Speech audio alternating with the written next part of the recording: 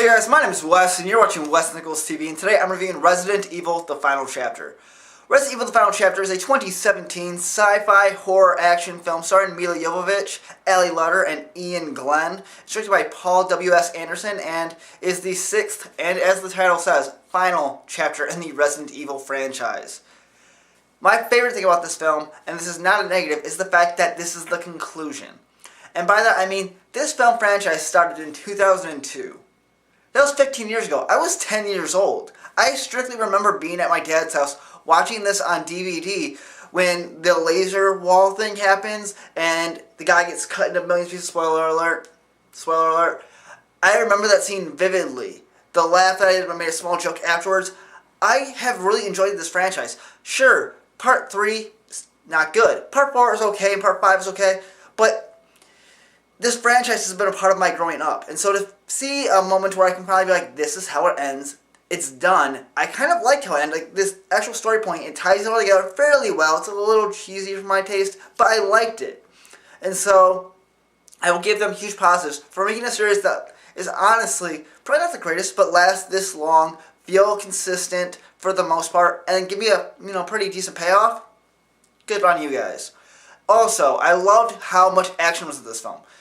They very quickly in this franchise switched from horror to an action franchise, and this film is kind of the climax of that. From the moment the film starts, you're shot right out of a cannon into action sequences, and it's one thing after another, and they change up how it's an action sequence, the style of the action a little bit here and there, and I felt like every couple minutes I got a different style of action film, and I was enjoying that point, and then you got to the next segment, and it was different, and I liked that, and then I got to the next segment, and I liked that. So it was really cool. There were some decent story points in there, but for the most part, this is a strictly adrenaline-filled action film.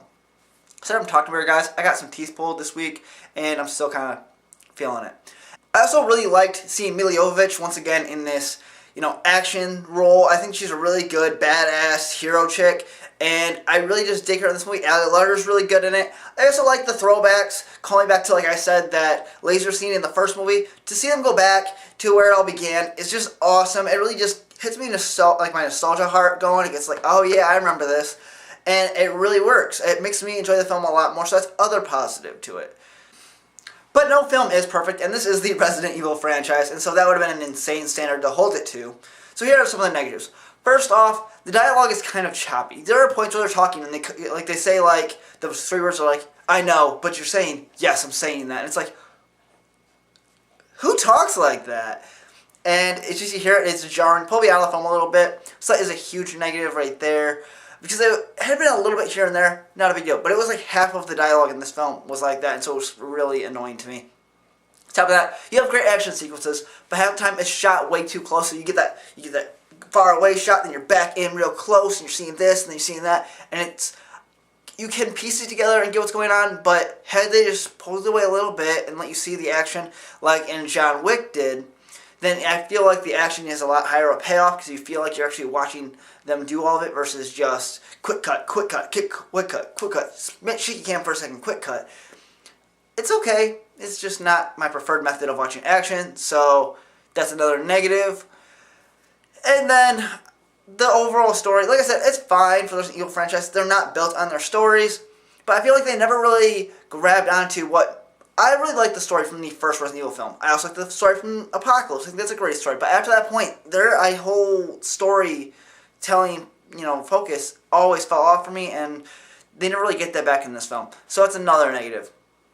But I did actually enjoy this film, so I will say that I will give it a 6.3 out of 10, which is a good kind of score for the overall franchise as a whole as well. But that is just my opinion. I want to know yours.